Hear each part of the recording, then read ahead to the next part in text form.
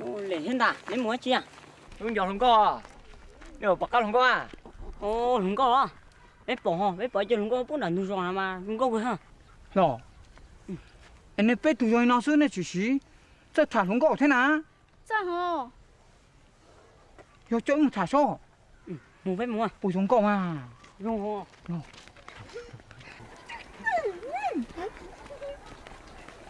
Lũ cháu nhiều bỏ thế này à?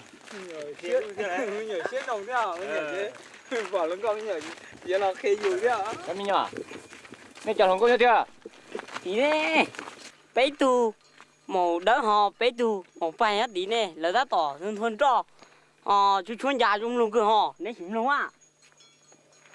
Một nhủ thứ sao rồi? Dạ. Ô, sáng giờ không có tiền nó cha trong nhiều dùng nó cha tốt luôn gì thế gì. Cho nó đào được từ lỗ thế nào lo. Người ta. Mình trồng cho cái sao? Mà lấy nữa. Cha là sai sầu luôn đấy.